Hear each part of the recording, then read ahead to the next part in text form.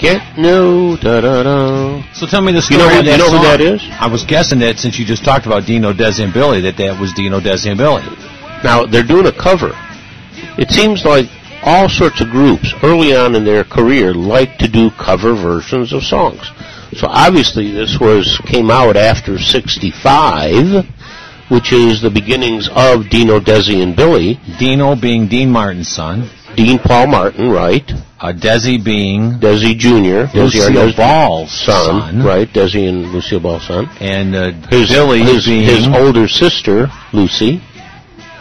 And that's a star-studded band right there. Dino, Desi, and Billy was an actual band in the 60s, kind of a teenage heartthrob band that attempted to make the big time. They were in all the teen magazines, and all the girls would scream. Why don't you put them right on? Never quite as big as the Rolling Stones or the Beatles, but I think they're legitimately listed in Billboard history. Dino, Desi, and Billy. Is this Billy Hinsche? How's that for good timing? That's perfect timing. Billy, are you listening to us on WPLN.com on our computer? Of course I'm listening to you. Oh, my God. You know... He's in Vegas. You're playing my song. The reason I love doing this show, Billy, is... And may I call you Billy? Sure. The reason I love doing this show... By the way, I want to introduce to you James, our high-price paid engineer. And, James, are you on the line there? And this is a different James, who's my publicist, James. And I'm the one that talks to you on Facebook. And then You're the one that what? I'm the one that talks to you on Facebook. By the way, Alice says to tell you hello. I'm sorry, who? Alice from the Beach Boys fan club. She says to tell you hello. Oh, really? Very good. Okay, well, thanks for inviting me, guys. Now, what I'm hearing on my computer here is not what I'm hearing on my earpiece to my phone. There's about a minute and a half delay there. Oh, is it a minute and a half? Okay, well then I'm going to turn off the radio part and we'll just talk. Anyways, and I want to introduce to you Billy Hinsche of Dino, Desi, and Billy fame. And we're going to get into some other things, too, that I read about Billy Hinsche. I want to introduce to you also my co-host, Benny Jett, who's an entertainer, by the way, Billy, as his own band. Yeah. Yes, indeed, in the Detroit area, is that correct? Yeah, it's the good life, Billy. We were just talking about Dino, Desi, and Billy, and we could classify that band as teenage heartthrobs back in the day, right? I think so. I think in our own small way, we might have started a trend for the really young people who wanted to get into music, for the younger acts that followed us. Right, and the beaver hairdo and everything.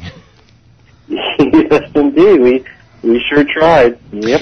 Now, can we go back in time, because I want to get to some of the current stuff you're doing eventually.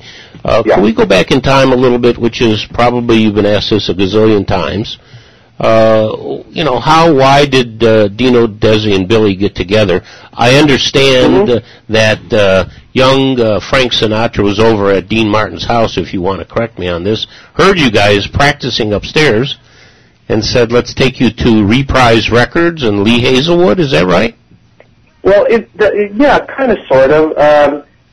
To answer the first part of your question, very simply, we all went to school together. That's part one. And Dino and I were best friends.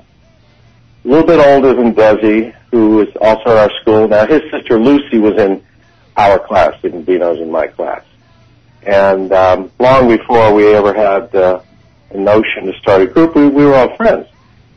So, when, 64, 65 rolled around and everybody sort of wanted to be in the group because of the music was in the air, the Beach Boys, the Beatles, everything was happening in that early 60s time period. So, that's when we asked Desi if he'd like to join our group or start a group with us, because Dino and I were really just messing around on guitars and playing acoustic guitars. It was a duet, really.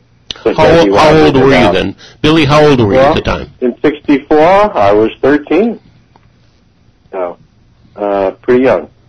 But with a strong desire for music, I already had sort of a talent for music, and I studied privately piano and violin, and by the time I was a teenager, I had pretty good understanding of music and an aptitude for it. So I kind of showed Dino a couple of chords on the guitar. He was a quick study, and as I said, we started out as a duet.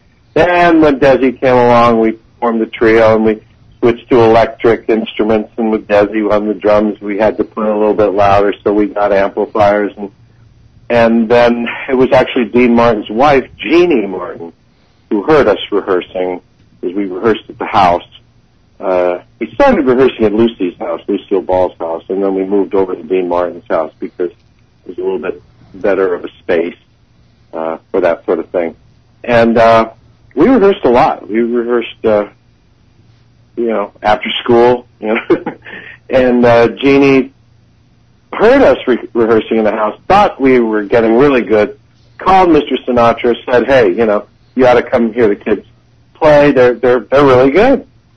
And so that's how that came about. And then it was, pre-planned that, we'd all meet at the house, at Mr. Martin's house at a certain day, and we set up our stuff, and Dean and Frank were down there in the bar. I like to say old blue eyes and old red eyes. And thank you. And we played a couple of songs that we'd rehearsed, and, they were both very polite, and sat through it.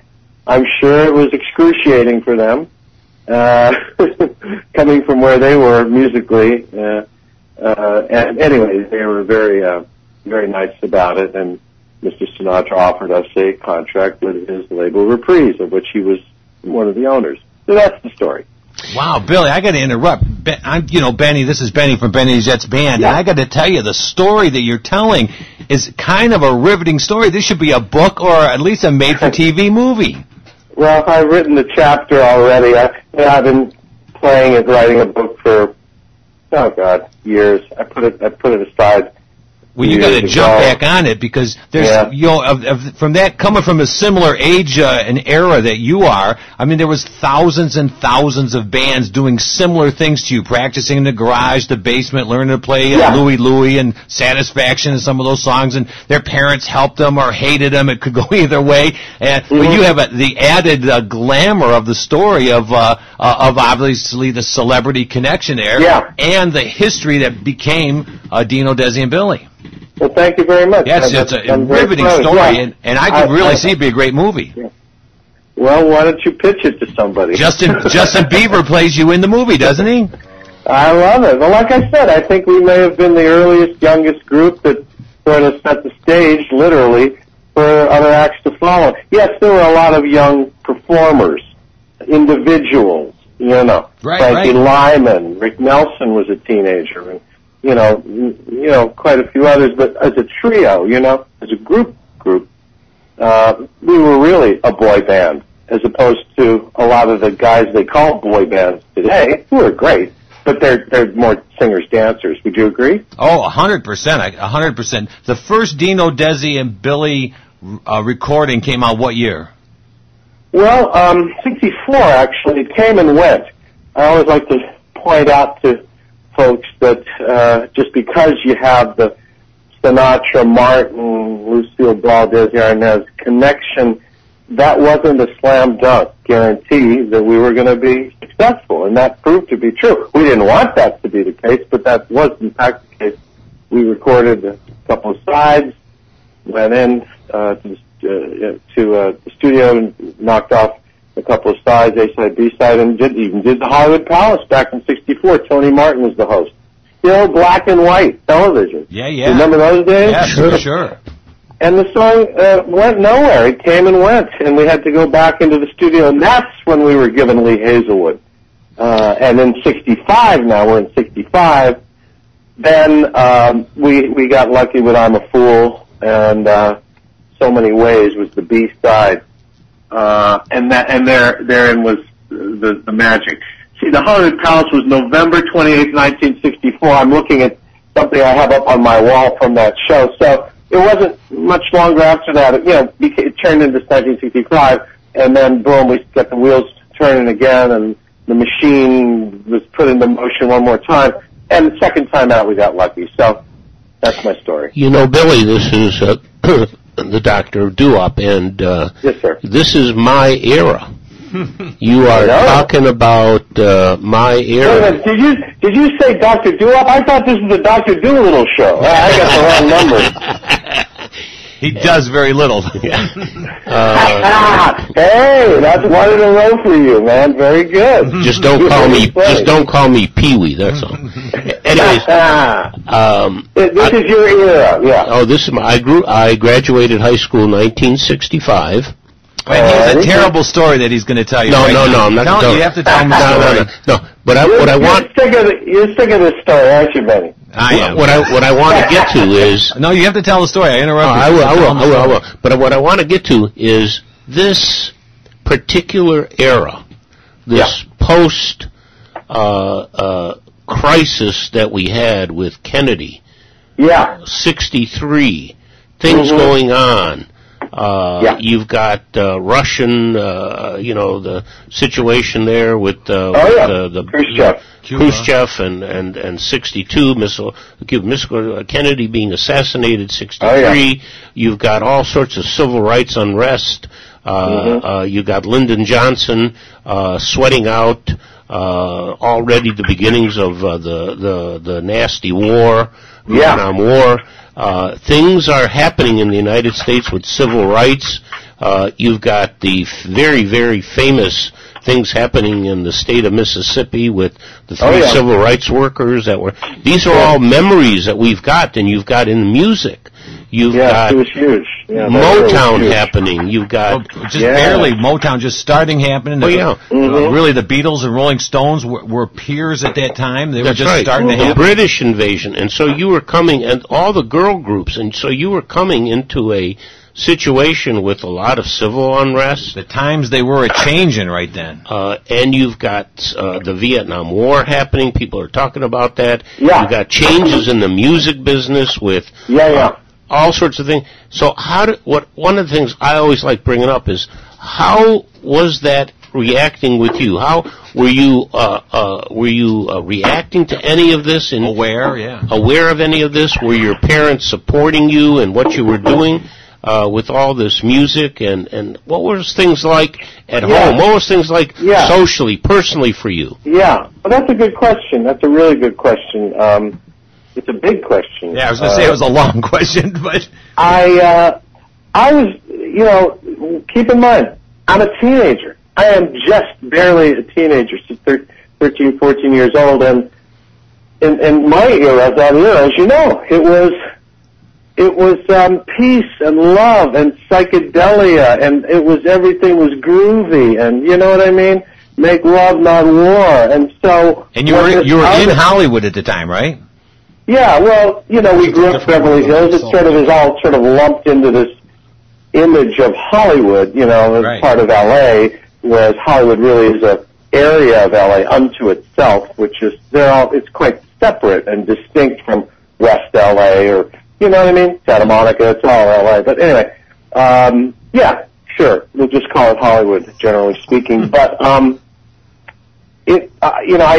saw the shift in music and in the tone of the music, and it got a little darker, it got a little more aggressive. The LA bands were, that were born of that era that followed our little group were, groups like The Doors and Love and the Byrds were one of our favorite groups. They were more. I'd consider them revolutionary. You know what I mean? In the sense that they were not really anti-establishment, but you know what I mean. They were a folk group. Yeah, exactly. I'm talking more, and then I'm leading up to the San Francisco groups who are really getting more hard-edged, and with Big Brother and Quicksilver, and so many. All great groups, but they, more socially conscious, let's say, more, it started to get a little bit more inflammatory, the tone and the content, eve of destruction, and all that, and all very timely. It's just that as a teenager, it was a little bit hard for me to not relate to it. It was a little bit mature for me. That makes sense, right? It was a little bit beyond my years. And I was very comfortable and happy in my little bubblegum world, you know? In 64, 65, I'm thinking the Rolling Stones and or the Beatles probably hadn't even played L.A. yet, or maybe had just played L.A. Had you had a chance to see them or influenced by them?